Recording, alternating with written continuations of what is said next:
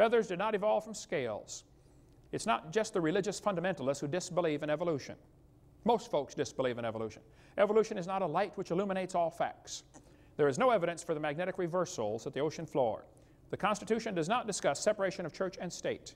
Does not discuss that. The Supreme Court did not ban creation. Let's give a little bit of the history of what really happened. In the 1800s, almost all the textbooks were thoroughly packed with information about creation, Christianity, godly teaching. Kids memorized Bible verses. I remember in public school in Illinois growing up, we memorized Bible verses and said prayer every morning. Didn't hurt the kids a bit. Helped them quite a bit. Back then, kids got in trouble for their own spitwads. Today, it's for bringing guns and shooting people. It's a different world, and some of you older folks know what I'm talking about. It has changed radically. In 1925, Tennessee passed a law that said you cannot teach creation, you cannot teach evolution. It actually banned the teaching of evolution in the public schools. It's called the Butler Act. The ACLU, which is the American Communist Lawyers Union, decided they wanted to test this law. So they ran an ad in the paper, said, we're looking for a teacher willing to claim that he taught evolution so we can have a trial to try to get this law overthrown. A guy named John T. Scopes volunteered. He said, I don't know if I taught evolution or not, but I did sub for a biology class one day, and I think all we had was a study hall, but if you want me to go testify that I taught evolution, I'll do it. So John Scopes went on the trial, lasted 10 days in the hot July, Tennessee summer. After 10 days, John Scopes was found guilty of breaking the law. The law said, you can't teach evolution. He claimed he did, so he's found guilty. He admitted he did. He was fined $100. Case was over. Later, the fine was overturned on a technicality, but the judgment was not overturned. The evolutionists lost the Scopes monkey trial. If you want to read the entire story about what really happened, you can see it right here in this book, The Scopes monkey trial, the world's most famous court trial. And by the way, if there's a movie circulating around your school called Inherit the Wind, you better be real careful about that. That's a dangerous movie. That does everything they can. It twists everything about the trial to make the Christians look dumb.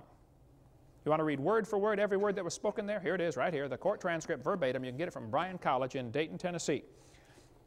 The Dayton courthouse is still there with a big museum where you can go out through and see where it actually happened. If you go north of Chattanooga about, I don't know, 70 or 80 miles, you can get to Dayton, Tennessee. Been through there a bunch of times. There's a good a good book expose about the Inherit the Wind movie that circulates around. And just about every year, this is shown in public schools here in Pensacola, where they try to teach the kids the Christians were dumb and they lost the trial. They changed all sorts of things about that. And you ought to be up in arms over that being shown to your kids. You can sign a statement saying, I don't want my child shown the movie Inherit the Wind. Have it notarized and take it into the school. They won't show your kid. You say it's against my religious convictions to lie to my kids, and that movie's a lie. Okay? But I guarantee it'll be shown this year and next year and the next year. I saw it about 4 times growing up before I realized what a lie it was.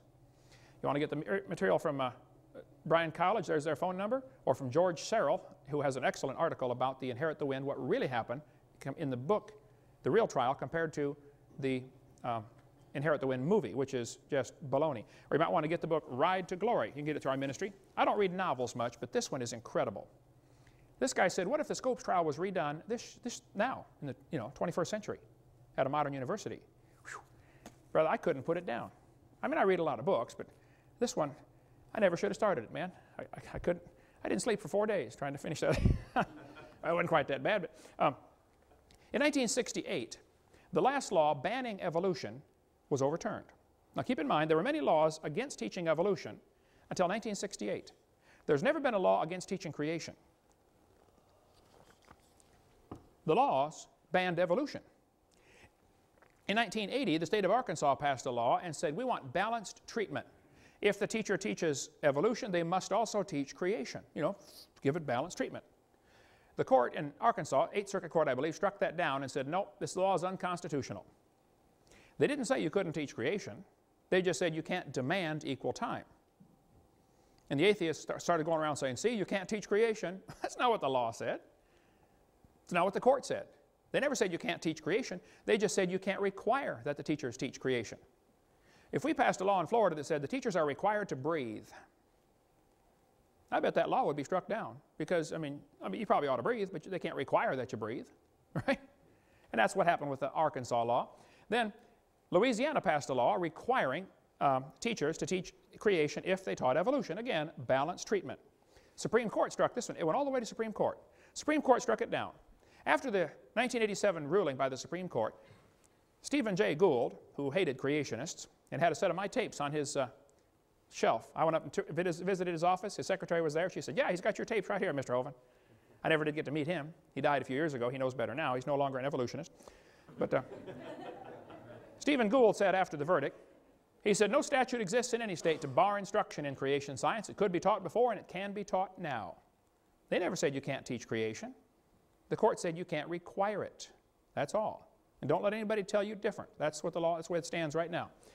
Michael Zimmerman said, and he's an evolutionist, he said the Supreme Court ruling did not in any way outlaw the teaching of creation science in public schools. Quite simply, it ruled that in the form taken by the Louisiana law, it's unconstitutional to demand equal time for this subject. Creation science can still be brought into science classrooms if and when teachers and administrators feel it is appropriate. Numerous surveys have shown that teachers and administrators favor just this route. And in fact, creation science is being taught in science courses throughout the country. Eugenia Scott is the president of the National Center for Science Education. Well, what a lousy name. They're not in favor of science. They're in favor of defending evolution is all. She said, the Supreme Court decision says only that the Louisiana law violates the constitutional separation of church and state. It does not say that no one can teach scientific creationism, and unfortunately, many individual teachers do. Some school districts even require equal time for creation and evolution. Here's the web page, the head of the front home page on the National Center for Science Education. Welcome to the home page of NCSE, a non-profit, tax-exempt membership organization working to defend the teaching of evolution against sectarian attack.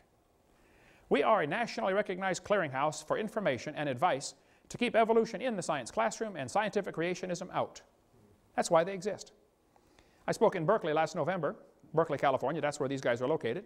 I went and visited the National Center for Science Education. It's a little bitty storefront building. They had, I think, 4 or 5 employees, all crammed in this little building. I thought, this is the National Center for Science Education. Oh, yeah, but property's expensive in Berkeley, I understand, you know. Good place for them. I went in there. They didn't know who I was. I didn't tell them my name. I went in there and went, hey, what kind of information do you guys hear? I used to be a science teacher. And they began giving me pamphlets and articles and stuff, you know, Finally, one of the guys said, your voice sounds familiar. What's your name? I said, Kent Hovind. He said, I thought so. They taped a piece of paper on the floor. It says, Kent Hovind stood here. And I understand they won't walk on it. They walk around it.